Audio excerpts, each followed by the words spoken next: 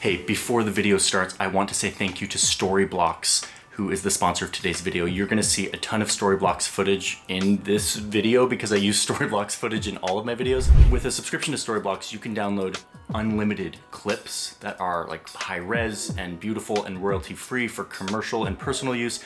You can also get sound effects and After Effects templates. I've been using Storyblocks forever because they're amazing and incredibly cheap and unlimited downloads.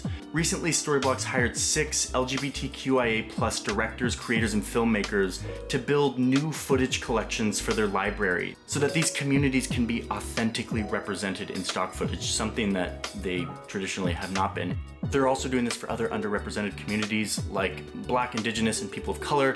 You can learn more about this initiative called Restock, as well as go subscribe to Storyblocks and get in on unlimited footage. If you click the link in my description, storyblocks.com/JohnnyHarris, clicking that link helps support this channel, but it also helps you learn more about all this cool stuff. So thank you, Storyblocks, and now enjoy the video. See ya. The longest border fence in the world today is not between India and Pakistan, or US and Mexico, or Syria and Turkey. Those are all very big, scary, long fences. But no, the longest border fence on Earth looks like this.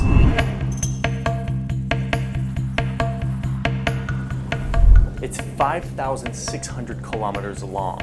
That's like if you were to draw a border across the whole United States from LA to New York, and then add another 1,000 miles. And this border fence doesn't even separate two countries. Instead, this fence stretches across some of the most remote territory on Earth. It goes through farmlands, deserts, across mountain ranges. But unlike most physical barriers that we use to divide countries, to keep people out, this long-ass border was built to keep out one very specific thing: dingoes. We're here in southeast Queensland, and this is the start of the dingo fence. Now, the dingo fence was established in the 80s.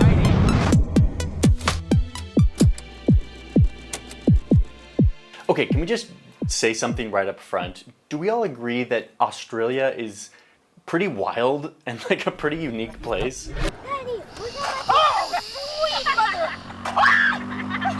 There's a reason for this.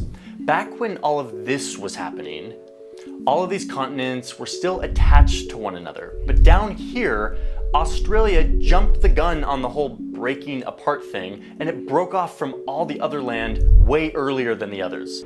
Bye, bitch. Because of this, all the plants and animals on the Australian piece of land evolved in isolation for a really long time, far away from anything else. When we talk about the 7 continents, it's like North America, Asia, Africa, and then Australia. Like, it's a country, but it's basically its own continent.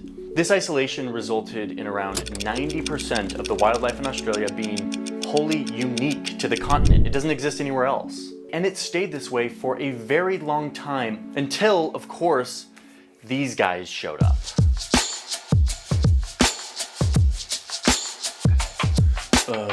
Another story of these guys. It's always these guys showing up from Europe. So the year is 1770, and humans have been living on Australia for like 70,000 years. But despite this, you get this guy who shows up and, quote, claims possession of the east coast of Australia for the British Crown. Soon, a bunch of British people are showing up to Australia to set up their own colony. And this is where the whole pristine, unique ecosystem thing kind of starts to fall apart. So in addition to what these British people did to the native people who were living there for 70,000 years, massacres as systematic as those practiced against the Jews in the 20th century. The other thing the Europeans did when they arrived here was they brought all sorts of plants and animals and a desire to do farming, all the agriculture stuff that they had been doing back in Europe. Meanwhile, Australia's 120-year-old ecosystem is like, ugh, like SMH. Like, we had perfectly balanced our ecology, and these guys are bringing camels? They also start growing a ton of non-native plants like sugar. And when they started growing sugar, there was one native species in Australia that was very excited.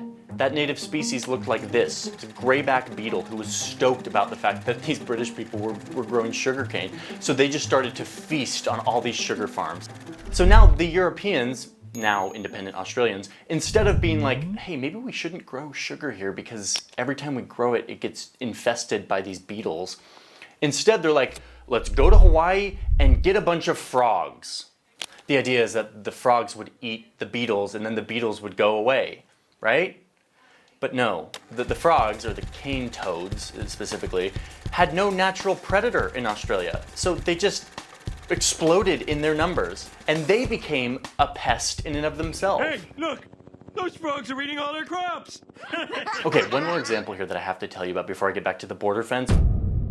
One more, because I can't not talk about this. So back in 1932, emus, these like big giant weird birds, were harassing the farmers. And so the Australian government sent out the Australian Army, thousands of rounds of ammunition to fight these emus and to kill them off so that they could control the population. The best part about the story is that the emus won the war. I need to make a video specifically about the emu wars because it's just too nuts. If you want me to do that, let me know, because I want to do that. Okay, so those are all the ways in which the European settlers brought invasive species to this ecologically unique place and sort of started to mess with the balance. One of the big animals that the British brought over when they were settling Australia were these guys, sheep. Sheep have wool and meat and were a big deal in England, and so the Australians were like, why not bring them halfway around the world to Australia and start sheep farming? Sheep farming began spreading all around the country as Europeans settled in Australia. But the farmers started to realize that we're not in England anymore. No, I know we're not in Kansas. And their sheep were starting to disappear. And it turns out that they were being hunted and eaten by an animal with a very cool name, the dingo. Dingoes are kind of like ancient wild dogs. Man, ancient wild dogs, that should be like a character in an anime film. It probably already is.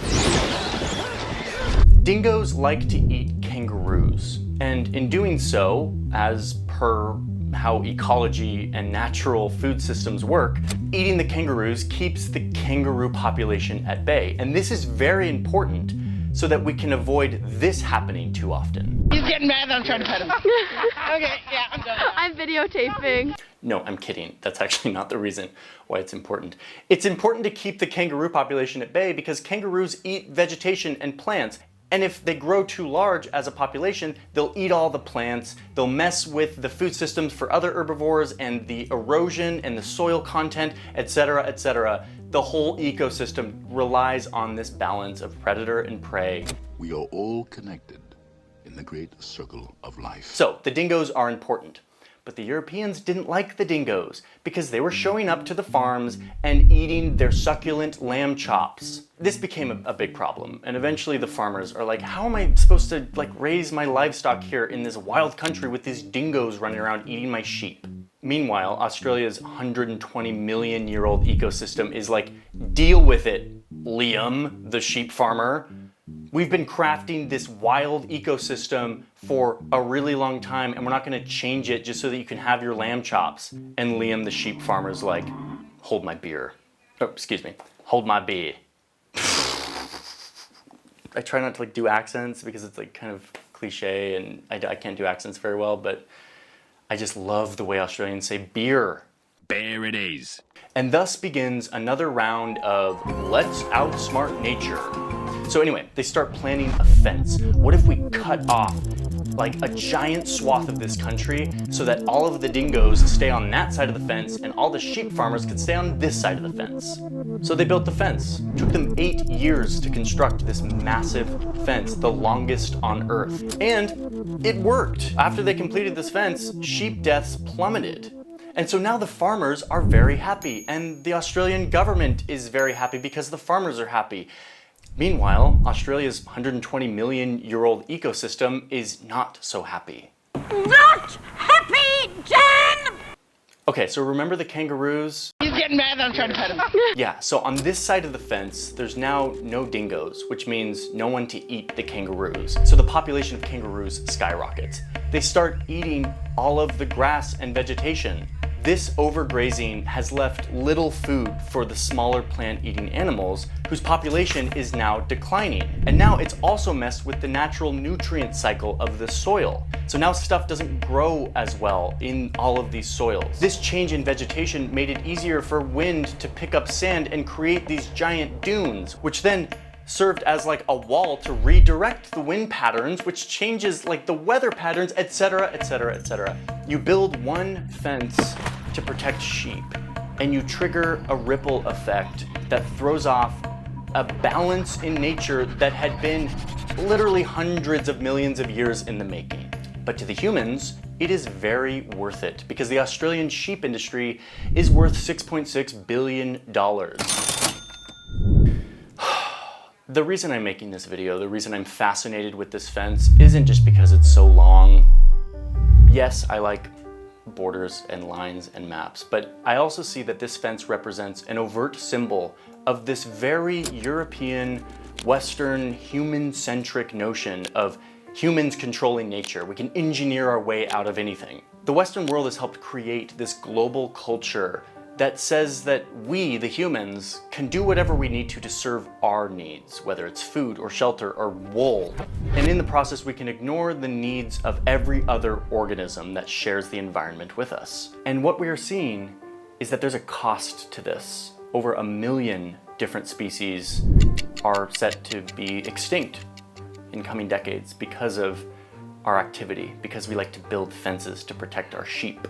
And what's crazy is that it doesn't totally have to be this way. So much of our modern culture is sort of a blip on the map. Like, we just started this idea of going out and engineering our way out of nature. Remember that before the Europeans arrived to Australia, the Aboriginals had been living there for 70,000 years with nature, not in spite of it. They didn't need to manipulate it for their own needs in a way that threw off the balance of these ecosystems. So far, we've been able to engineer our way out of quite a lot of things.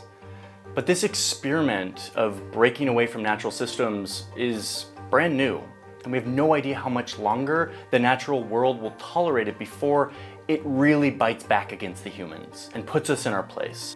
And maybe this is the wake-up call we need to actually start to put into practice what indigenous communities have known forever, which is that the only way for long-term survival as a species is if we learn to share this earth instead of trying always to dominate it.